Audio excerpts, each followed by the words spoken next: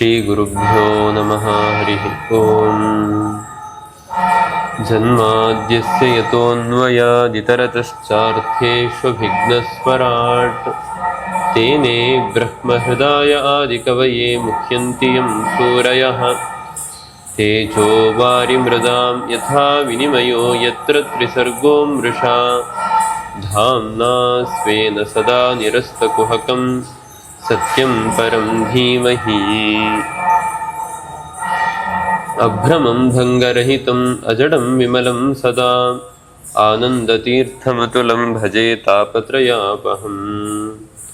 ಪೃಥ್ವೀಮಂಡಲಮಧ್ಯಸ್ಥಾಃ ಪೂರ್ಣಬೋಧಮತಾನುಗಾಃ ವೈಷ್ಣವಾಃ ವಿಷ್ಣುಹೃದಯಾಃ ತಾನ್ ನಮಸ್ತೆ ಗುರೂನ್ ಮಮ.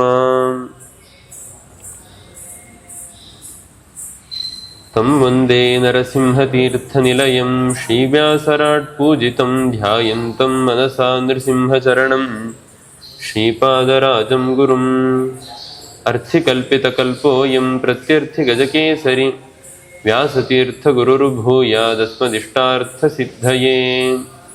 ತಪೋ ವಿದ್ಯಾ ವಿರಕ್ತ್ಯಾದಿ ಸದ್ಗುಣೌಘಾಕರಾನಹಂ ವಾದಿರಾಜಗುರೂನ್ ವಂದೇ ಹಯಗ್ರೀವಪದಾಶ್ರಯಾನ್. ಪೂಜ್ಯಾಯ ರಾಘವೇಂದ್ರಾಯ ಸತ್ಯಧರ್ಮರತಾಯ ಚ ಭಜತಾಂ ಕಲ್ಪವೃಕ್ಷಾಯ ನಮತಾಂ ಕಾಮಧೇನವೇ.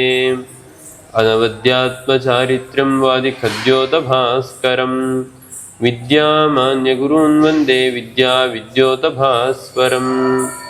ತಪಸ್ವಾಧ್ಯಾಯ ಶುಶ್ರೂಷಾ ಕೃಷ್ಣಪೂಜಾರತಂ ಮುನಿಂ ವಿಶ್ವೇಶಂ ಇಷ್ಟದಂ ವಂದೇ ಪರಿವ್ರಾಟ್ ಚಕ್ರವರ್ತಿನಂ. ಶ್ರೀಗುರುಭ್ಯೋ ನಮಃ ಹರಿ ಓಂ.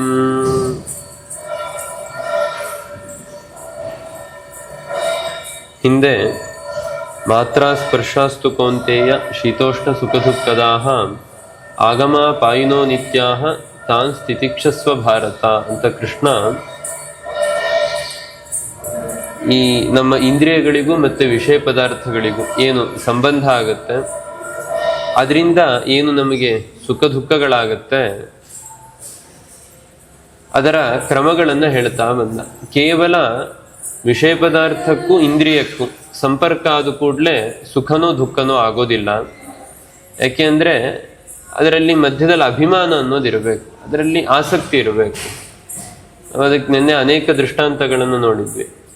ಯಾರಿಗೆ ಯಾವುದರಲ್ಲಿ ಆಸಕ್ತಿ ಇರುತ್ತೋ ಅವ್ರಿಗೆ ಅದನ್ನು ನೋಡಿದಾಗ ಅದರಿಂದ ಸುಖವೋ ದುಃಖವೋ ಆಗುತ್ತೆ ಅಂತ. ಈಗ ಉದಾಹರಣೆಗೆ ಯಾರಿಗೋ ಒಬ್ಬರಿಗೆ ಒಂದು ಚಲನಚಿತ್ರ ನೋಡೋದ್ರಲ್ಲಿ ತುಂಬ ಆಸಕ್ತಿ ಇದ್ದಾಗ ಅವ್ರಿಗೆ ಅದನ್ನು ನೋಡಿದ್ರೆ ಅದರಿಂದ ಖುಷಿ ಆಗುತ್ತೆ. ಅದರಲ್ಲಿ ಆಸಕ್ತಿನೇ ಇಲ್ಲದೆ ಇರೋ ಸನ್ಯಾಸಿಗಳಿಗೆ ಎದುರುಗಡೆ ಕೂಡಿಸ್ಬಿಟ್ರೆ ಹಿಂಸೆ ಆಗ್ಲಿಕ್ಕೆ ಶುರು ಆಗುತ್ತೆ ಅವರಿಗೆ. ಯಾಕೆ ಅವ್ರಿಗೆ ಅದರಲ್ಲಿ ಇಂಟ್ರೆಸ್ಟ್ ಇಲ್ಲ. ಇನ್ನು ಕೆಲವೊಬ್ರು ಕ್ರಿಕೆಟಲ್ಲಿ ಇಂಟ್ರೆಸ್ಟ್ ಇರೋದಿಲ್ಲ, ಅವ್ರಿಗೆ ಹೋಗಿ ಎದುರುಗಡೆ ಕೂಡಿಸ್ಬಿಟ್ರೆ ಅಲ್ಲಿ ಇಂದ್ರಿಯಕ್ಕೂ ವಿಷಯ ಪದಾರ್ಥಕ್ಕೂ ಆ ಟಿವಿಗೂ ಸಂಪರ್ಕ ಆಗ್ತಾ ಇರುತ್ತೆ. ಆದರೆ ಅಭಿಮಾನ ಇರೋದಿಲ್ಲ, ಅದರಲ್ಲಿ ರತಿ ಇರೋದಿಲ್ಲ, ಆಸಕ್ತಿ ಇರೋದಿಲ್ಲ. ಹಾಗಾಗಿ ಅದರಿಂದ ಸುಖವೂ ಆಗೋದಿಲ್ಲ, ದುಃಖವೂ ಆಗೋದಿಲ್ಲ. ಹಾಗಾಗಿ ಅಭಿಮಾನ ಅನ್ನೋದು ಮುಖ್ಯ. ಅಭಿಮಾನದಿಂದಲೇ ಸುಖ ದುಃಖಗಳಾಗೋದು. ಹಾಗಾಗಿ ಅಭಿಮಾನವನ್ನ ಎಲ್ಲಿ ತನಕ ನೀನು ಇಟ್ಕೊಂಡಿರ್ತೀಯೋ ಅಲ್ಲಿ ತನಕ ನನ್ನ ಬಂಧು ಬಾಂಧವರ ಜೊತೆಗೆ ನಾನು ಯುದ್ಧ ಮಾಡಬೇಕು, ಅವರ ಪ್ರಾಣಕ್ಕೇನಾದರೂ ಹಾನಿಯಾದರೆ ಎಂಥ ಅನರ್ಥ ಆಗುತ್ತೆ ಅನ್ನುವ ಭಾವನೆಗಳು ಬರುತ್ತೆ. ಆದರೆ ಅಭಿಮಾನವನ್ನು ಬಿಡಬೇಕು ಅಂತ ಕೃಷ್ಣ ಹೇಳ್ತಾನೆ. ಹೇಳಿ ಕೊನೆಗೆ ಆಚಾರ್ಯರು ಆ ಶ್ಲೋಕವನ್ನು ಉಪಸಂಹಾರ ಮಾಡುತ್ತಾ, ಅತಶ್ಚ ಆತ್ಮನಃ ದೇಹಾದಿ ಆತ್ಮಭ್ರಮ ಏವ ಸುಖ ದುಃಖ ಕಾರಣಂ. ಹಾಗಾಗಿ ಜೀವನಿಗೆ ಸುಖ ಅಥವಾ ದುಃಖ ಆಗೋದು ಹೇಗೆ, ಅದಕ್ಕೆ ಮೂಲ ಕಾರಣ ಏನು ಅಂತ ಆಚಾರ್ಯರು ಹೇಳ್ತಾರೆ. ಆತ್ಮನಃ ಅಂದ್ರೆ ಜೀವನಿಗೆ, ದೇಹಾದಿ ಆತ್ಮಭ್ರಮ ಏವ ಅಂದ್ರೆ ಈ ದೇಹವೇ ನಾನು. ಆತ್ಮ ಅನ್ನೋ ಶಬ್ದಕ್ಕೆ ಅನೇಕ ಅರ್ಥಗಳಿದೆ ಅಂತ ನಾವು ನಿನ್ನೆ ನೋಡಿದ್ವಿ. ಈ ಜೀವನಿಗೂ ಆತ್ಮ ಅಂತ ಕರಿತೀವಿ, ದೇಹಕ್ಕೂ ಶಾಸ್ತ್ರದಲ್ಲಿ ಆತ್ಮ ಅಂತ ಕರೀತಾರೆ. ಹಾಗೆ ಶರೀರಕ್ಕೂ ಕೂಡ ಆತ್ಮ ಅನ್ನೋ ಪ್ರಯೋಗಗಳಿದೆ. ಆಯಾ ಸಂದರ್ಭಕ್ಕೆ ತಕ್ಕಂತೆ ನಾವು ಅರ್ಥಗಳನ್ನು ನೋಡ್ತಾ ಹೋಗ್ಬೋದು. ಹಾಗಾಗಿ ದೇಹಾದಿ ಆತ್ಮಭ್ರಮ ಏವ ಸುಖ ದುಃಖ ಕಾರಣಂ. ಜೀವನಿಗೆ ಸುಖ ಆಗ್ಲಿ ದುಃಖ ಆಗ್ಲಿ ಅದು ಕಾರಣ ಏನು ಅಂತ ಅಂದ್ರೆ ಈ ದೇಹವೇ ನಾನು ಅನ್ನುವ ಭ್ರಮೆ ಅಂತ ಹೇಳಿಬಿಡ್ತಾರೆ. ಹಾಗಾದ್ರೆ ಯಾವುದೋ ಒಂದು ಭ್ರಮೆಯಿಂದ ನಾವು ಸಂತೋಷ ಪಡ್ತಾ ಇದ್ದೀವಿ, ದುಃಖ ಪಡ್ತಾ ಇದ್ದೀವಿ ಅಂತ ಅಷ್ಟೆ. ನಮ್ಮ ದುಃಖಕ್ಕೂ ನಮ್ಮ ಸಂತೋಷಕ್ಕೂ ಭ್ರಮೆನೇ ಕಾರಣ. ಈಗ ನಾವೇನೋ ಯಾರೋ ಹೊಗಳಿದ್ರು ಬಂದು ಏನ್ ಖುಷಿ ಆಗುತ್ತೆ, ಎಲ್ಲರಿಗೂ ಸ್ವೀಟ್ ಹಂಚ್ಬಿಡ್ತೀವಿ. ಯಾಕೆ ಅಂದ್ರೆ ಈ ಶರೀರನೇ ನಾನು ಅನ್ನೋಷ್ಟು ಭ್ರಮೆ ಇರುತ್ತೆ, ಐಕ್ಯ ಭ್ರಮೆ. ಹಾಗಾಗಿ ನಾನು ಬೇರೆ, ಈ ದೇಹ ಬೇರೆ ಅನ್ನೋ ವಿವೇಕ, ಭೇದ ಜ್ಞಾನ ಯಾರಿಗೆ ಬಂದ್ಬಿಡುತ್ತೆ, ಅವ್ರಿಗೆ ಯಾರಾದ್ರೂ ಹೊಗಳಿದ್ರೆ ಸಂತೋಷನೂ ಆಗಲ್ಲ, ಸನ್ಮಾನ ಮಾಡಿದ್ರೂ ಸಂತೋಷ ಆಗಲ್ಲ, ಬೈದ್ರೆ ದುಃಖನೂ ಆಗೋದಿಲ್ಲ. ಹಾಗಾಗಿ ನಮ್ಮ ಸುಖ ದುಃಖಗಳಿಗೆ, ನಮ್ಮ ಸಂತೋಷಕ್ಕೆ, ನಮ್ಮ ದುಃಖಗಳಿಗೆ ಕಾರಣ ಈ ಅಭಿಮಾನ ಅನ್ನೋದನ್ನ ಕೃಷ್ಣ ಸ್ಪಷ್ಟಪಡಿಸ್ತಾ, ಈ ಅಭಿಮಾನವನ್ನ ಬಿಟ್ರೆ ಆಗ ಯಾವುದೇ ದುಃಖಗಳಾಗೋದಿಲ್ಲ. ಅತಃ ತದ್ ವಿಮುಕ್ತಸ್ಯ ಅಂದ್ರೆ ಅಭಿಮಾನ ವಿಮುಕ್ತಸ್ಯ ಬಂಧು ಮರಣಾದಿ ದುಃಖಂ ನ ಸಂಭವತಿ. ಹಾಗಾಗಿ ಇದು ಕೃಷ್ಣ ಅರ್ಜುನನಿಗೆ ಉಪದೇಶ ಮಾಡದ. ನಾವಿದನ್ನೆಲ್ಲ ಬಾಲ್ಯದಲ್ಲಿ ಮಕ್ಕಳಿಗೆ ಇದನ್ನು ಅರ್ಥ ಮಾಡಿಸಿ, ಸ್ವಲ್ಪ ಅವ್ರಿಗೊಂದು 14-15 ಟೀನೇಜ್ ಬರ್ತಾ ಇರೋ ಹಾಗೆ ಈ ವಿಷಯಗಳನ್ನೆಲ್ಲ ಅರ್ಥ ಮಾಡಿಸ್ಬಿಟ್ರೆ ಮುಂದೆ ಜೀವನದಲ್ಲಿ ಎಂಥದ್ದೇ ದುಃಖದ ಪ್ರಸಂಗ ಬರಲಿ, ತೀರಾ ಪ್ರೀತಿ ಪಾತ್ರರಾದ ತಂದೆ ತಾಯಿಗಳನ್ನ ಕಳ್ಕೊಳ್ಳೋ ಪ್ರಸಂಗ ಬರಲಿ, ಅವಾಗೆಲ್ಲ ಅದನ್ನ ಗಟ್ಟಿಯಾಗಿ ಎದುರಿಸೋ ಒಂದು ಶಕ್ತಿ ಬರುತ್ತೆ. ಏನೋ ಪ್ರಕೃತಿ ಅನಿವಾರ್ಯ, ಅವ್ರವ್ರ ಕರ್ಮಕ್ಕನುಗುಣವಾಗಿ ಜನನ ಮರಣಗಳಾಗ್ತಾ ಇರುತ್ತೆ. ಆದರೆ ಆ ಸ್ಥಿತಿಯನ್ನ ನಾವು ಹೇಗೆ ಅದನ್ನ ನಿರ್ವಹಿಸಬೇಕು, ಆ ದುಃಖದ ಸ್ಥಿತಿಗಳನ್ನು ಹೇಗೆ ದಾಟಬೇಕು, ಅದಕ್ಕೆ ಭಗವದ್ಗೀತೆ ತುಂಬಾ ಬಲವನ್ನ ತುಂಬುತ್ತೆ. ಅತಃ ಅಭಿಮಾನಂ ಪರಿತ್ಯಜ್ಯ ತಾನ್ ಶೀತೋಷ್ಣಾದೀನ್ ತಿತಿಕ್ಷಸ್ವ. ಶೀತೋಷ್ಣ ಅಂದ್ರೆ ಸುಖ ದುಃಖಗಳನ್ನ ನೀನು ತಿತಿಕ್ಷಸ್ವ, ಅದನ್ನ ಸಹಿಸು ಅಂತ ಕೃಷ್ಣ ಹೇಳ್ತಾ ಇದ್ದಾನೆ. ಮುಂದೆ ಯಂ ಹಿನೌ ವ್ಯಥಯಂತೇತೆ ಪುರುಷಂ ಪುರುಷರ್ಷಭ ಸಮದುಃಖ ಸುಖಂ ಧೀರಂ ಸೋಮೃತತ್ವಾಯ ಕಲ್ಪತೆ. ಕೃಷ್ಣ ಹೇಳ್ತಾನೆ, ಹಾಗಾದ್ರೆ ಈ ಅಭಿಮಾನವನ್ನು ಬಿಡೋದ್ರಿಂದ ನಮಗೆ ಸುಖ ದುಃಖ, ಅದರಲ್ಲೂ ಕೂಡ ವಿಶೇಷವಾಗಿ ದುಃಖ ಆಗೋದಿಲ್ಲ. ಅಭಿಮಾನವನ್ನು ಬಿಟ್ಟಾಗ ನೆಮ್ಮದಿಯಾಗಿರ್ಲಿಕ್ಕಾಗತ್ತೆ, ಅಂದ್ರೆ ಸುಖವಾಗಿ ಇರ್ಲಿಕ್ಕಾಗತ್ತೆ. ಎಲ್ಲಿಯ ತನಕ ಅಭಿಮಾನ ಇರುತ್ತೋ, ಅತಿಯಾದ ಅಭಿಮಾನ, ನನ್ನ ದೇಹ, ನನ್ನ ಹೆಂಡತಿ, ನನ್ನ ಮಕ್ಕಳು, ನನ್ನ ಮನೆ, ನನ್ನ ವಸ್ತುಗಳು ಅನ್ನುವ ಅಭಿಮಾನ ಎಲ್ಲಿಯ ತನಕ ತುಂಬಾ ಇರುತ್ತೋ ಅಲ್ಲಿಯ ತನಕ ಅದನ್ನ ಕಳ್ಕೊಂಡಾಗ ದುಃಖ ಆಗ್ಲಿಕ್ಕೆ ಅವಕಾಶ ಇದೆ ಅಂತ ಕೃಷ್ಣ ಹೇಳ್ತಾನೆ. ಒಬ್ಬ ವ್ಯಕ್ತಿಯನ್ನ, ಒಬ್ಬ ಜೀವನಿಗೆ ತುಂಬಾ ವ್ಯಥೆಯನ್ನ ಕೊಡೋದು ಯಾವುದು ಅಂದ್ರೆ ಅದು ಅಭಿಮಾನ. ಸುಖ ದುಃಖ ಸುಖಂ ಧೀರಂ ಸಹ ಅಮೃತತ್ವಾಯ ಕಲ್ಪತೆ. ಯಾರು ಈ ನಾನು ಬೇರೆ, ನನ್ನ ದೇಹ ಬೇರೆ ಅನ್ನುವ ಭಾವವನ್ನ ತಾಳ್ತಾನೋ ಅವನಿಗೆ ಯಾವುದೇ ವಿಧವಾದಂತಹ ದುಃಖಗಳು ಕೂಡ ಆಗೋದಿಲ್ಲ. ಅವನು ಎಂತಹ ಸ್ಥಿತಿಯನ್ನು ತಲುಪ್ತಾನೆ ಅಂತ ಅಂದ್ರೆ ಸಮದುಃಖ ಸುಖಂ ಧೀರಂ ಅಂತ ಹೇಳ್ತಾರೆ. ಅಂದ್ರೆ ಸುಖ ಮತ್ತು ದುಃಖಗಳನ್ನು ಸಮಾನವಾಗಿ ನೋಡ್ತಾನೆ. ಈಗ ಪ್ರತಿಯೊಬ್ಬ ಜೀವಿಗೂ ಕೂಡ ಸುಖಸ್ಯ ಅನಂತರಂ ದುಃಖಂ, ದುಃಖಸ್ಯ ಅನಂತರಂ ಸುಖಂ ಅಂತ.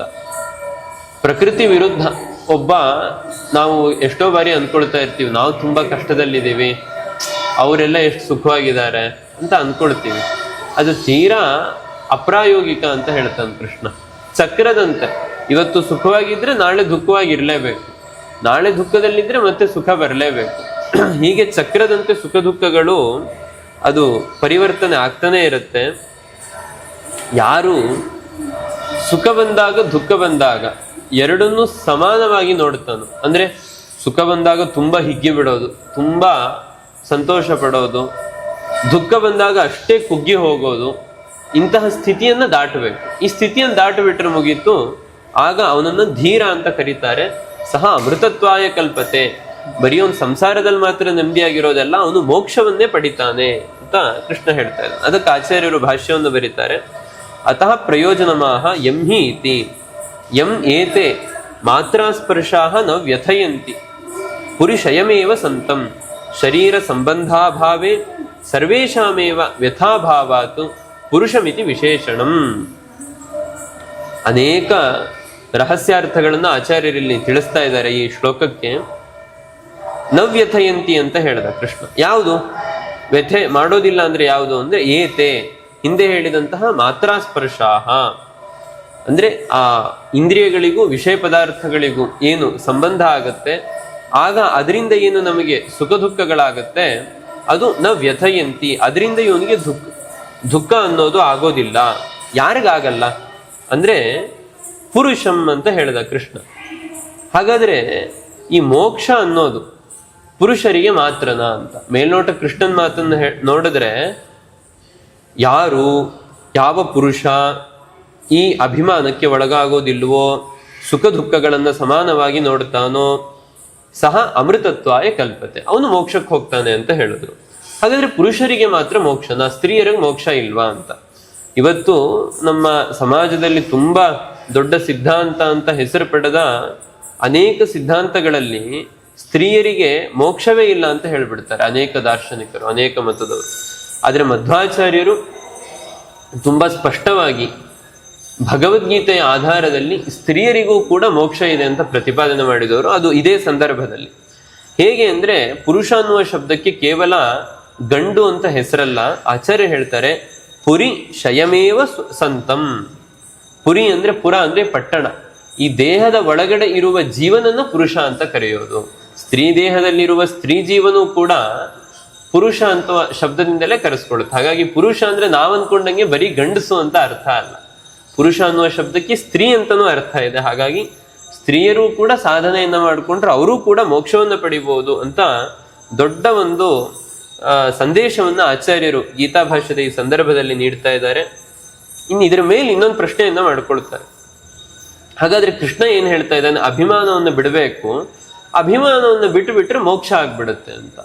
ಹಾಗಾದ್ರೆ ಶರೀರ ಸಂಬಂಧ ಭಾವೇ ಸರ್ವೇಷಾಮೇವ ವ್ಯಥಾಭಾವಾತ್ ಪುರುಷಮಿತಿ ವಿಶೇಷಣಂ.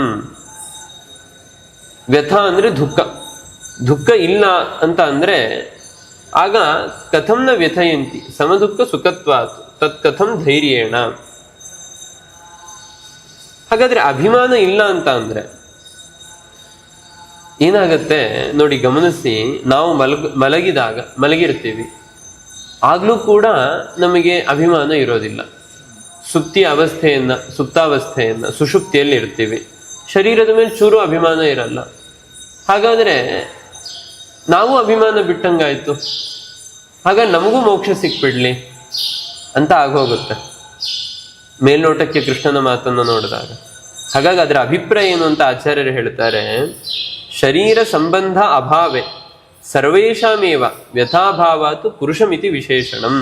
ಅಂದ್ರೆ ಕೇವಲ ಅಭಿಮಾನವನ್ನು ಬಿಡೋದು ತಾತ್ಪರ್ಯ ಅಲ್ಲ, ಎಚ್ಚರ ಇದ್ದಾಗ ಅಭಿಮಾನವನ್ನು ಬಿಡಬೇಕು. ಸ್ವಪ್ನದಲ್ಲಿ ಅಂದ್ರೆ ಮಲಗಿದಾಗ ಸುಷುಪ್ತಿ ಅವಸ್ಥೆಯಲ್ಲಿ ಎಲ್ಲರಿಗೂ ದೇಹದ ಮೇಲೆ ಅಭಿಮಾನ ಹೊರಟು ಹೋಗಿರುತ್ತೆ. ಅದು ನಾವು ಅಭಿಮಾನ ಬಿಡಬೇಕು ಅಂತ ಬುದ್ಧಿಪೂರ್ವಕವಾಗಿ ಬಿಟ್ಟಿರೋದಲ್ಲ ಅದು. ಹಾಗಾಗಿ ಎಚ್ಚರದಲ್ಲಿದ್ದಾಗ ಯಾರು ಅಭಿಮಾನವನ್ನ ಬಿಟ್ಟು ಸುಖ ದುಃಖಗಳನ್ನ ಸಮಾನವಾಗಿ ನೋಡ್ತಾರೋ, ಜ್ಞಾನ ಮಾರ್ಗದಲ್ಲಿ ಮುಂದೆ ಸಾಗ್ತಾರೋ ಅವರು ಮೋಕ್ಷವನ್ನ ಪಡಿತಾರೆ. ಅಲ್ಲ ಸರಿ ಆಯ್ತು, ನೀವೇನೋ ಹೇಳ್ಬಿಡ್ತಾ ಇದ್ದೀರಾ, ಸುಖ ದುಃಖಗಳನ್ನ ಸಮಾನವಾಗಿ ನೋಡಬೇಕು, ಎಚ್ಚರವಾಗಿದ್ದಾಗ್ಲೂ ಕೂಡ ಅಭಿಮಾನವನ್ನು ಬಿಡಬೇಕು, ಇದೆಲ್ಲ ಹೇಗ್ ಸಾಧ್ಯ? ಯಾರಿಗಿದಾಗ್ಲಿಕ್ಕೆ ಸಾಧ್ಯ ಅಂದ್ರೆ ಆಚಾರ್ಯ ಹೇಳ್ತಾರೆ, ಕೃಷ್ಣ ಅದನ್ನೇ ಹೇಳಿದ್ದು ಧೀರಂ ಅಂತ ಒಂದೇ ಪದದಲ್ಲಿ ಕೃಷ್ಣ ಹೇಳ್ತಾನೆ. ಕಥಂನ ವ್ಯಥಯಂತಿ ಸಮದುಃಖ ಸುಖತ್ವಾತ್ ತತ್ ಕಥಂ ಧೈರ್ಯೇಣ ಅಂತ. ಅಂದ್ರೆ ಧೈರ್ಯದಿಂದ ಯಾರು ಸಾಧನೆಯಲ್ಲಿ ಮುನ್ನುಗ್ತಾನೋ ಅಂತಹ ಸಾಧಕ ಮಾತ್ರ ಮೋಕ್ಷವನ್ನು ಪಡಿಲಿಕ್ಕೆ ಸಾಧ್ಯ ಅಂತ. ಧೈರ್ಯ ಧೀರ ಅನ್ನುವ ಶಬ್ದದ ಅಭಿಪ್ರಾಯ ಏನು ಅಂತ ನಮಗೆ ಸ್ಪಷ್ಟ ಗೊತ್ತಾಗಬೇಕು ಅಂದ್ರೆ ಉಪನಿಷತ್ತುಗಳನ್ನು ನೋಡಬೇಕು. ಉಪನಿಷತ್ತಿನಲ್ಲಿ ಬರುವ ಮಾತು ಪರಾಂಚಿ ಖಾನಿ ವ್ಯತೃಣತ್ ಸ್ವಯಂಭೂ ತಸ್ಮಾತ್ ಪರಾಕ್ ಪಶ್ಯತಿ ನಾಂತರಾತ್ಮನ್ ಕಶ್ಚಿತ್ ಧೀರ ಪ್ರತ್ಯೇಕ ಆತ್ಮಾನಮೈಕ್ಷತು ಆವೃತ್ತ ಚಕ್ಷು ಅಮೃತತ್ವಮಿಚ್ಛನ್ ಅಂತ ಹೇಳಿದ್ದಾರೆ. ಕಶ್ಚಿತ್ ಧೀರ ಅಂತ ಹೇಳ್ತಾರೆ. ಒಬ್ಬ ಧೈರ್ಯಶಾಲಿ ಮಾತ್ರ ಮೋಕ್ಷವನ್ನ ಬಯಸಿ ತಾನು ಸಾಧನೆಯಲ್ಲಿ ಮುನ್ನುಗ್ತಾನೆ. ಯಾಕಿಷ್ಟು ಧೈರ್ಯ ಯಾಕಬೇಕು? ಯಾಕೆ ಸುಲಭದಲ್ಲಿ ಆಗೋದಿಲ್ಲ ಮೋಕ್ಷ ಸಾಧನೆ ಅಂದ್ರೆ ಉಪನಿಷತ್ತು ಕೊಡುವ ಕಾರಣ ತುಂಬಾ ಸುಂದರ. ನಾವು ಅದನ್ನ ನೋಡಿದಾಗ ಇಲ್ಲಿ ಭಗವದ್ಗೀತೆಯನ್ನ ಅರ್ಥ ಮಾಡ್ಕೊಳ್ಳಿಕ್ಕಾಗತ್ತೆ. ಭಗವದ್ಗೀತೆಯನ್ನ ಅರ್ಥ ಮಾಡ್ಕೊಂಡಾಗ ವೇದಗಳನ್ನ ಅರ್ಥ ಮಾಡ್ಕೊಳ್ಳಿಕ್ಕಾಗತ್ತೆ. ಅದನ್ನೇ ಆಚಾರ್ಯರು ಹೇಳ್ತಾರೆ, ಇತಿಹಾಸ ಪುರಾಣಾಭ್ಯಾಂ ವೇದಂ ಸಮುಪಬ್ರಹ್ಮಯೇತ್ ಬಿಭೇತಿ ಅಲ್ಪಶ್ರುತಾತ್ ವೇದ ಮಾಮಯಂ ಪ್ರಚಲಿಷ್ಯತಿ ಅಂತ. ಅಂದ್ರೆ ಇತಿಹಾಸ ಪುರಾಣಗಳ ಜ್ಞಾನದಿಂದ ವೇದವನ್ನ ಅರ್ಥ ಮಾಡ್ಕೊಳ್ಬೇಕು, ವೇದದ ಪರಿಜ್ಞಾನದಿಂದ ಇತಿಹಾಸ ಪುರಾಣಗಳನ್ನ ಅರ್ಥ ಮಾಡ್ಕೊಳ್ಬೇಕು ಅಂತ. ಹಾಗಾಗಿ ನಾವು ನೋಡಿ, ಗೀತೆ ಅರ್ಥ ಆಗಬೇಕು ಅಂದ್ರೆ ವೇದವನ್ನ ನೋಡಬೇಕು. ವೇದದಲ್ಲಿ ಬರುವ ಮಾತು ಎಷ್ಟು ಚೆನ್ನಾಗಿದೆ ಅಂದ್ರೆ, ಪರಾಂಚಿಖಾನಿ ವಿತೃಣ ಸ್ವಯಂಭೂ. ಸ್ವಯಂಭೂ ಅಂದ್ರೆ ಚತುರ್ಮುಖ ಬ್ರಹ್ಮದೇವರು. ಅವರು ಈ ಜೀವರಾಶಿಗಳನ್ನು ಸೃಷ್ಟಿ ಮಾಡಬೇಕಾದ್ರೆ ಖಾನಿ ಅಂದ್ರೆ ಇಂದ್ರಿಯಗಳು, ಇಂದ್ರಿಯಗಳನ್ನೆಲ್ಲ ಪರಾಂಚಿ ವ್ಯತೃಣತು ಅಂತ ಹೇಳ್ತಾರೆ. ಅಂದ್ರೆ ಪರಾಂಗುಖಾನಿ ಅಂತ ಅರ್ಥ. ಎಲ್ಲಾ ಇಂದ್ರಿಯಗಳನ್ನು ಕೂಡ ಬ್ರಹ್ಮದೇವರು ಬಹಿರ್ಮುಖವಾಗಿ ಸೃಷ್ಟಿ ಮಾಡಿದ್ದಾರೆ ಅಂತ. ನಮ್ಮ ಕಣ್ಣು, ಕಿವಿ, ಬಾಯಿ ಎಲ್ಲ ಹೊರಮುಖವಾಗಿದೆ. ಹಾಗಾಗಿ ಹೊರಗಡೆ ಇರುವ ಪದಾರ್ಥಗಳನ್ನೇ ಅವು ನೋಡ್ತಾ ಇರುತ್ತೆ, ಯೋಚನೆ ಮಾಡ್ತಾ ಇರುತ್ತೆ. ತಸ್ಮಾತ್ ಪರಾಕ್ ಪಶ್ಯತಿ ನಾಂತರಾತ್ಮನ್ ಅಂತ ಹೇಳ್ತಾರೆ. ಹಾಗಾಗಿ ಕಣ್ಣು ಹೊರಗಡೆ ಪದಾರ್ಥವನ್ನು ನೋಡುತ್ತೆ, ಅದ್ರ ಬಗ್ಗೆ ತಿಳ್ಕೊಳ್ಬೇಕು ಅಂತ ಬಯಸುತ್ತೆ. ಯಾವುದೋ ಒಂದು ದೊಡ್ಡ ಅದ್ಭುತವಾದ ಬಿಲ್ಡಿಂಗ್ ನೋಡಿದ್ರೆ ಹೇಗಪ್ಪ ಇದನ್ನ ಕಟ್ಟದ, ಯಾವ್ಯಾವ ಒಂದು ಕಲ್ಪನೆಗಳಿದೆ, ಇದ್ರ ವಿದ್ಯೆ ಹೇಗೆ, ಇದನ್ನೆಲ್ಲ ತಿಳ್ಕೊಳ್ಬೇಕು ಅನ್ನುವ ಆಸಕ್ತಿಗಳು ಹುಟ್ಟುತ್ತೆ. ಕಿವಿ ಯಾವುದೋ ಒಂದು ವಿಷಯವನ್ನ ಕೇಳುತ್ತೆ, ಹಬ್ಬ ಎಷ್ಟು ಅದ್ಭುತ, ನಾನು ಇದನ್ನು ತಿಳ್ಕೊಳ್ಬೇಕು, ಇದ್ರ ಬಗ್ಗೆ ನಾನು ಕೆಲಸ ಮಾಡಬೇಕು ಅಂತ ಅದಕ್ಕೆ ತೊಡಗ್ತೀವಿ.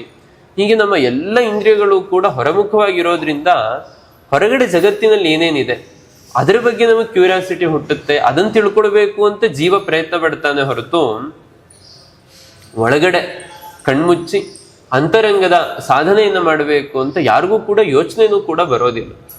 ಆದರೆ ಕಶ್ಚಿತ್ ಧೀರ ಪ್ರತ್ಯೇಕ ಆತ್ಮಾನ ಮೈಕ್ಷತ್ ಆವೃತ್ತ ಚಕ್ಷು ಅಮೃತತ್ವಮಿಚ್ಛನ್. ಆದರೆ ಶಾಸ್ತ್ರಗಳನ್ನು ನೋಡಿದಾಗ ದೇವರ ಜ್ಞಾನ, ಒಂದು ಪರೋಕ್ಷವಾದ ಜ್ಞಾನ ನಮಗೆ ಬರುತ್ತೆ. ಆ ಪರೋಕ್ಷವಾದಂತಹ ಜ್ಞಾನ ಬಂದಾಗ ಅವನನ್ನು ತಿಳಿಬೇಕು ಅನ್ನುವ ಬಯಕೆ ಅಷ್ಟು ಸುಲಭ ಯಾರಿಗೂ ಕೂಡ ಹುಟ್ಟೋದಿಲ್ಲ. ಯಾರೋ ಒಬ್ಬ ಧೈರ್ಯಶಾಲಿಗೆ ಆ ಬಯಕೆ ಹುಟ್ಟುತ್ತೆ. ಅವನೇನು ಮಾಡ್ತಾನೆ ಅಂದ್ರೆ, ಅವನ ಧೈರ್ಯ ಯಾವ ಹಂತದಲ್ಲಿರುತ್ತೆ ಅಂದ್ರೆ, ಯಾರು ವಿಷಯ ಪದಾರ್ಥಗಳ ಸೆಳೆತಕ್ಕೆ ಒಳಗಾಗಿ ಇದನ್ನು ಬಿಟ್ಟು ನಮಗೆ ಇರ್ಲಿಕ್ಕೆ ಸಾಧ್ಯನೇ ಇಲ್ಲ ಅನ್ನುವಂತೆ ಬದುಕ್ತಾ ಇರ್ತಾರೋ ಅವನು ಅಂತಹ ವಿಷಯ ಪದಾರ್ಥಗಳ ಆಕರ್ಷಣೆಯನ್ನೇ ಮೀರಿ ನಿಂತು ಬಿಡುತ್ತಾನೆ. ನಮಗೆ ಕಾಲಕಾಲಕ್ಕೆ ಹಸಿವಾಗುತ್ತೆ, ಹೊಟ್ಟೆಗೆ ಬೇಕು, ಅದರಲ್ಲೂ ಸ್ವಲ್ಪ ಉಪ್ಪು ಹುಳಿ ಖಾರ ಹೆಚ್ಚು ಕಡಿಮೆ ಆಗಬಾರ್ದು, ರಾತ್ರಿ ಮಲಗಬೇಕಾದ್ರೆ ಸರಿಯಾಗಿ ಫ್ಯಾನ್ ಇರಬೇಕು, ಎಲ್ಲ ವ್ಯವಸ್ಥೆಗಳಿರಬೇಕು. ಆದರೆ ದೇವರನ್ನು ನೋಡಬೇಕು ಅನ್ನುವ ಬಯಕೆ ಇರುವಂತಹ ಒಬ್ಬ ಜ್ಞಾನಿ ಈ ಎಲ್ಲ ವಿಷಯ ಪದಾರ್ಥಗಳ ಆಕರ್ಷಣೆಗಳು, ದೇಹದ ಸುಖ, ಈ ಹಂತಗಳನ್ನೆಲ್ಲ ಬಿಟ್ಟು ಆವೃತ್ತ ಚಕ್ಷುಹು ಅಂದ್ರೆ ಹೊರಗಡೆ ನೋಡ್ತಾ ಇರ್ತಾನೆ. ನೋಡ್ತಾ ಇದ್ರು ಕೂಡ ಯಾವುದು ಕೂಡ ಅವನಿಗೆ ಕಾಣ್ತಾ ಇರೋದಿಲ್ಲ. ಯಾಕೆಂದ್ರೆ ಅವನಿಗೆ ನಾನು ಮೋಕ್ಷವನ್ನ ಪಡಿಲೇಬೇಕು ಅನ್ನುವ ಬಲವಾದ ಬಯಕೆ ಬಂದುಬಿಟ್ಟಿರುತ್ತೆ. ಯಾವಾಗ ಬಯಕೆ ಬರುತ್ತೋ ಬಂದಾಗ ಹೊರಗಡೆ ನೋಡಿದ್ರು ಕೂಡ ನೋಡದೇ ಇರುವಂತೆ ಇರ್ತಾನೆ. ಅವ್ನಿಗೆ ಯಾವುದು ಎಲ್ಲ ಪದಾರ್ಥಗಳು ಕಾಣ್ತಾ ಇರುತ್ತೆ, ಆದರೆ ಅವನ ಗಮನ ಎಲ್ಲ ದೇವ್ರ ಕಡೆಗೆ ಇರುತ್ತೆ. ನಮ್ಮ ಗುರುಗಳು, ಸ್ವಾಮಿಗಳು ಒಂದೊಳ್ಳೆ ದೃಷ್ಟಾಂತವನ್ನ ಹೇಳ್ತಾ ಇದ್ರು ಇದಕ್ಕೆ. ಒಬ್ಬ ರಾಜ ಇದ್ದಂತೆ. ಆ ರಾಜನಿಗೆ ತುಂಬಾ ಜವಾಬ್ದಾರಿಗಳು ಅಲ್ವಾ. ರಾಜ ಅಂದ್ರೆ ಏನಾಗುತ್ತೆ, ಅವನಿಗೆ ತುಂಬಾ ಜವಾಬ್ದಾರಿಗಳಿರುತ್ತೆ. ಪ್ರಜೆಗಳನ್ನ ರಕ್ಷಣೆ ಮಾಡಬೇಕು, ಎಲ್ಲರನ್ನೂ ಕೂಡ ನೋಡ್ಕೊಳ್ಬೇಕು, ಎಲ್ಲ ಜವಾಬ್ದಾರಿಗಳಿರುತ್ತೆ. ಆದ್ರೂ ಕೂಡ ಅವನಿಗೊಂದು ಹೆಸರಿತ್ತಂತೆ. ಏನ್ ಹೆಸರು ಅಂದ್ರೆ, ಇವನು ತುಂಬಾ ದೊಡ್ಡ ಸಾಧಕ. ಈ ರಾಜ ಇವನು ತುಂಬಾ ದೊಡ್ಡ ಅಧ್ಯಾತ್ಮ ಸಾಧಕ. ದೊಡ್ಡ ದೊಡ್ಡ ಋಷಿ ಮುನಿಗಳಿಗಿಂತಲೂ ಕೂಡ ಇವನು ಅಧ್ಯಾತ್ಮದಲ್ಲಿ ತುಂಬಾ ಸಾಧನೆ ಮಾಡಿದ್ದಾನೆ, ದೇವರ ಬಗ್ಗೆ ಇವನು ತುಂಬಾ ತಿಳ್ಕೊಂಡಿದ್ದಾನೆ ಅಂತ ಹೆಸರಿತ್ತಂತ ಅವನಿಗೆ. ಒಬ್ಬ ಋಷಿಗೆ ಆಶ್ಚರ್ಯ ಆಗುತ್ತೆ, ಕ್ಯೂರಿಯಾಸಿಟಿ ಬರುತ್ತೆ. ಅದು ಹೇಗೆ ಸಾಧ್ಯ, ನಾವೆಲ್ಲ ಬಿಟ್ಟು ಯಾವ ಜವಾಬ್ದಾರಿಗಳಿಲ್ಲದೆ, ಒಂದು ಮನೆ ಜವಾಬ್ದಾರಿ ಕೂಡ ಇಲ್ಲ ನಮಗೆ, ಎಲ್ಲ ಬಿಟ್ಟು ಕಾಡಲ್ಲಿ ಹೋಗಿ ದೇವ್ರನ್ನ ನೋಡ್ಬೇಕು ಅಂತ ತಪಸ್ ಮಾಡ್ಕೊಳ್ತಾ ಕೂಡ್ತೀವಿ.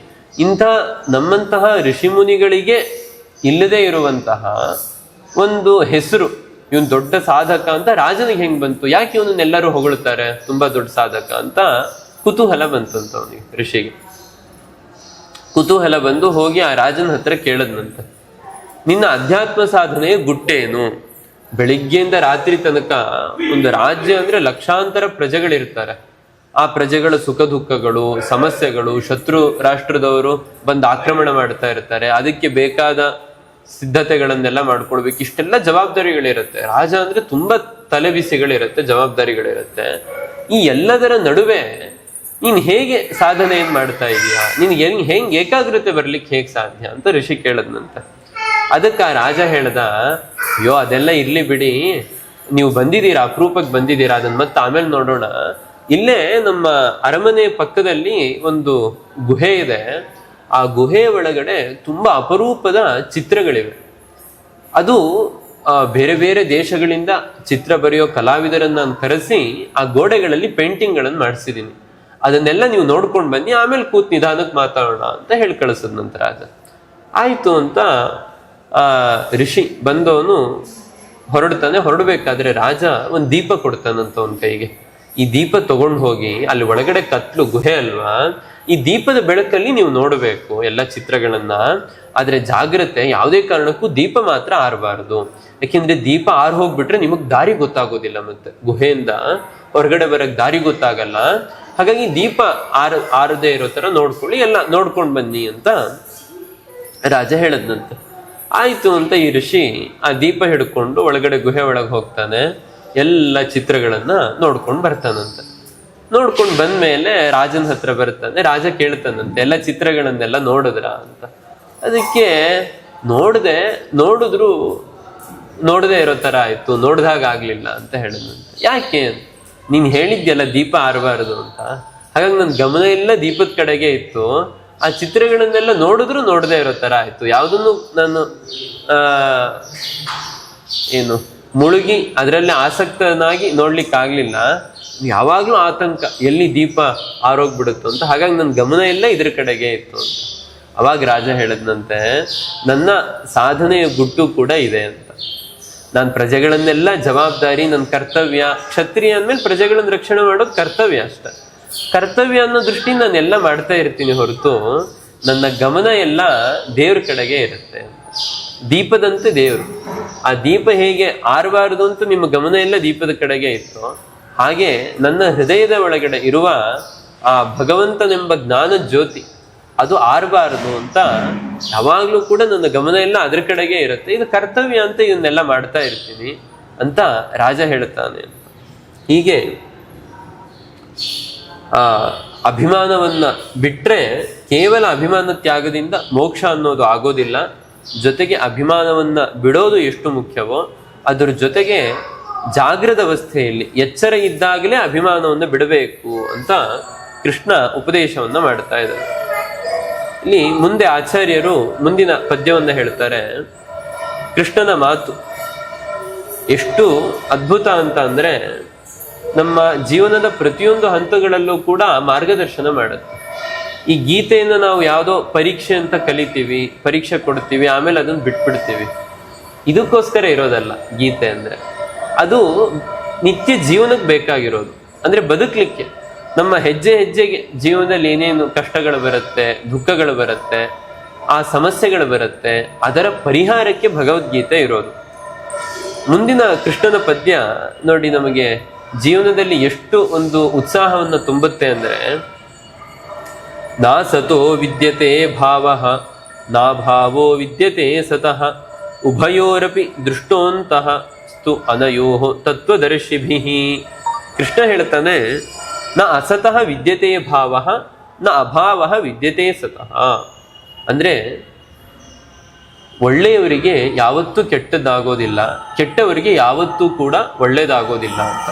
ನಮಗ್ ಮೇಲ್ನೋಟಕ್ಕೆ ಅನ್ಸುತ್ತೆ, ಯಾರು ತುಂಬಾ ಮೋಸ ಮಾಡ್ತಾ ಇರ್ತಾರೆ, ವಂಚನೆ ಮಾಡ್ತಾ ಇರ್ತಾರೆ, ಅವರು ಸುಖವಾಗಿರ್ತಾರೆ. ನಾವು ಪ್ರಾಮಾಣಿಕವಾಗಿದ್ದೀವಿ, ಪ್ರಾಮಾಣಿಕವಾಗಿ ಬದುಕ್ತೀವಿ ಅಂದ್ರೆ ನಮಗೆ ಮೇಲಿಂದ ಮೇಲೆ ಕಷ್ಟಗಳೇ ಬರ್ತಾ ಇದೆ. ಕೃಷ್ಣ ಹೇಳ್ತಾನೆ, ಈ ಜಗತ್ತನ್ನು ಸೃಷ್ಟಿ ಮಾಡಿದ್ ನಾನು. ಈ ಜಗತ್ತಿನ ನಿಯಮ ಹೇಗೆ ಅಂತ ಅಂದ್ರೆ, ನ ಅಸತಃ ವಿದ್ಯತೆ ಭಾವಃ. ಯಾವತ್ತೂ ಕೂಡ ಯಾರು ಕೆಟ್ಟ ಕೆಲಸ ಮಾಡ್ತಾ ಇರ್ತಾರಲ್ಲ, ಯಾರು ಅಪ್ರಾಮಾಣಿಕವಾಗಿ ವಂಚನೆ ಮಾಡಿಕೊಂಡು ಕಳ್ತನ ಮಾಡಿಕೊಂಡು ಮೋಸ ಮಾಡ್ತಾ ಇರ್ತಾರಲ್ಲ, ಅವರಿಗೆ ಜೀವನದಲ್ಲಿ ಯಾವತ್ತೂ ಕೂಡ ಶ್ರೇಯಸ್ಸಾಗೋದಿಲ್ಲ. ಅರೆ ನಾವು ಕಣ್ಣಲ್ಲೇ ನೋಡ್ತಾ ಇದೀವಲ್ವಾ, ಎದುರುಗಡೆ ಕಾಣ್ತಾ ಇದಾರಲ್ವಾ, ಮಾಡಬಾರದ್ ಕೆಲಸ ಮಾಡ್ತಾ ಇರ್ತಾರೆ, ಬರೀ ಕೆಟ್ಟ ಕೆಲಸನೇ ಮಾಡ್ತಾ ಇರ್ತಾರೆ. ಎಷ್ಟು ರಾಜಕಾರಣಿಗಳನ್ನು ನೋಡ್ತೀವಿ, ಎಷ್ಟೆಲ್ಲ ಮೋಸ ಮಾಡ್ತಾರೆ, ವಂಚನೆ ಮಾಡ್ತಾರೆ, ಒಳ್ಳೊಳ್ಳೆ ದೊಡ್ಡ ದೊಡ್ಡ ಬಂಗಲೆಗಳಲ್ಲಿ ಬದುಕ್ತಾ ಇರ್ತಾರೆ, ಸುಖವಾಗಿರ್ತಾರೆ. ಇಷ್ಟೆಲ್ಲ ಮೋಸ ವಂಚನೆ ಮಾಡಿ ಸುಖವಾಗಿದಾರಲ್ಲ ಅಂತ ಅನ್ಸುತ್ತೆ. ಆದ್ರೆ ಅದೆಲ್ಲವೂ ಕೂಡ ಟೆಂಪ್ರವರಿ, ಅಂದ್ರೆ ತಾತ್ಕಾಲಿಕ ಅಷ್ಟೆ. ಏನೋ ಈ ಕ್ಷಣದಲ್ಲಿ, ಈ ಕಾಲದಲ್ಲಿ ಅವರು ಆ ಥರ ಇರ್ತಾರೆ. ಅದಕ್ಕೇನೋ ಪೂರ್ವಜನ್ಮದ ಪುಣ್ಯ ಕಾರಣ ಇರುತ್ತೆ. ಹಿಂದಿನ ಜನ್ಮದಲ್ಲಿ ಒಳ್ಳೆ ಕೆಲಸ ಮಾಡಿರ್ತಾರೆ, ಅದರ ಫಲವನ್ನು ಈಗ ಅನುಭವಿಸ್ತಾ ಇರ್ತಾರೆ ಹೊರತು ಅವರು ಈ ಕೆಟ್ಟ ಕಾರ್ಯಗಳನ್ನು ಮಾಡಿದ್ದಕ್ಕೆ ಸುಖವನ್ನು ಅನುಭವಿಸ್ತಾ ಇರೋದಲ್ಲ. ಅದೇ ರೀತಿ ನ ಅಸತಃ ವಿದ್ಯತೆ ಸತಃ ನ ಅಭಾವ ವಿದ್ಯತೆ ಸತಃ. ಅಂದ್ರೆ ಕೆಟ್ಟ ಕೆಲಸಗಳನ್ನು ಮಾಡಿದವರಿಗೆ ಹೇಗೆ ಒಳ್ಳೇದಾಗೋದಿಲ್ವೋ ಹಾಗೆ ಒಳ್ಳೆ ಕೆಲಸಗಳನ್ನು ಮಾಡಿದವ್ರಿಗೂ ಕೂಡ ಯಾವತ್ತೂ ಕೆಟ್ಟದಾಗೋದಿಲ್ಲ. ಇದು ಕೃಷ್ಣನ ಸ್ಲೋಗನ್. ನಮ್ಗೆ ಎಷ್ಟೋ ಬಾರಿ ಅನ್ಸುತ್ತೆ, ನಾವೇನೋ ಶ್ರಮ ಪಡ್ತಾ ಇರ್ತೀವಿ, ಏನೋ ಧರ್ಮ ಕಾರ್ಯಗಳನ್ನು ಮಾಡ್ತಾ ಇರ್ತೀವಿ, ಆದರೆ ಕಷ್ಟಗಳೇ ಬರ್ತಾ ಇರುತ್ತೆ. ಅಂಥ ಸಂದರ್ಭದಲ್ಲಿ ಕೃಷ್ಣನ ಈ ಮಾತು ನಮಗೆ ಜೀವನಕ್ಕೆ ಒಂದು ಒಳ್ಳೆ ಸ್ಫೂರ್ತಿಯನ್ನು ಕೊಡುತ್ತೆ. ಅಂದರೆ ಯಾವತ್ತೂ ಕೂಡ ಒಳ್ಳೆಯವರಿಗೆ ಕೆಟ್ಟದಾಗೋದಿಲ್ಲ, ಕೆಟ್ಟವರಿಗೆ ಒಳ್ಳೆಯದಾಗೋದಿಲ್ಲ. ಕೆಟ್ಟವರಿಗೆ ಕೆಟ್ಟದ್ದೇ ಆಗುತ್ತೆ, ಒಳ್ಳೆಯವರಿಗೆ ಒಳ್ಳೆಯದೇ ಆಗುತ್ತೆ. ಉಭಯೋರಪಿ ದೃಷ್ಟೋಂತಸ್ತು ಅನಯೋಹ ತತ್ವದರ್ಶಿವಿಹಿ. ಈ ಎರಡೂ ವಿಷಯದಲ್ಲಿಯೂ ಕೂಡ ನಮ್ಮ ಜ್ಞಾನಿಗಳ ಪರಂಪರೆಯ ಉಪದೇಶವೇ ಕಾರಣವಾಗಿದೆ. ಆ ಎಲ್ಲ ಜ್ಞಾನಿಗಳು ಕೂಡ ಇದನ್ನ ಉಪದೇಶ ಮಾಡ್ಕೊಂಡು ಬಂದಿದ್ದಾರೆ, ಎಲ್ಲರೂ ಕೂಡ ಇದನ್ನ ಅನುಭವಿಸಿದ್ದಾರೆ ಅಂತ ನಾವು ತಿಳ್ಕೊಳ್ಬೇಕು ಅಂತ ಕೃಷ್ಣ ಇಲ್ಲಿ ಹೇಳ್ತಾ ಇದ್ದಾನೆ. ನಿತ್ಯ ಆತ್ಮೇತ್ಯುಕ್ತಂ ಕಿಂ ಆತ್ಮೈವ ನಿತ್ಯ ಆಹೋಸ್ವಿತು ಅನ್ಯದಪಿ ತತ್ ಕಿಂ ಇತ್ಯತ ಆಹ ನ ಅಸತಃ ಇತಿ. ಆಚಾರ್ಯರು ಪ್ರಶ್ನೆ ಮಾಡ್ಕೊಳ್ತಾರೆ,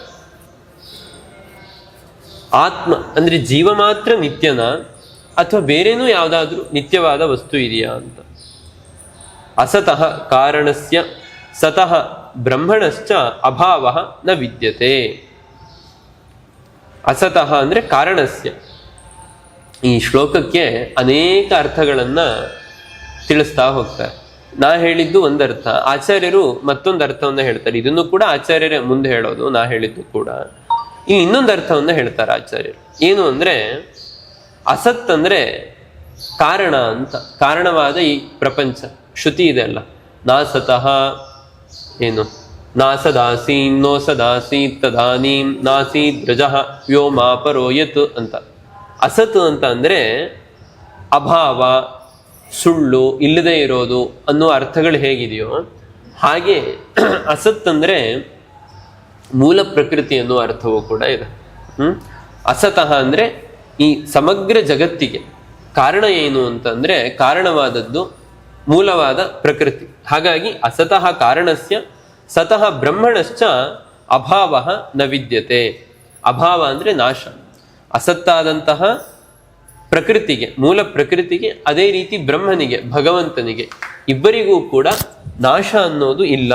ಅವರಿಬ್ಬರೂ ಕೂಡ ನಿತ್ಯರಾದವರು ಅಂತ ಈ ಸಂದರ್ಭದಲ್ಲಿ ಆಚಾರ್ಯರು ತಿಳಿಸ್ತಾ ಇದ್ದಾರೆ. ಮತ್ತೆ ಮುಂದಿನ ಭಾಗದ ಚಿಂತನೆಯನ್ನ ನಾಳೆಯ ದಿನ ನೋಡೋಣ. ಶ್ರೀಕೃಷ್ಣ ಅರ್ಪಣಮಸ್ತು.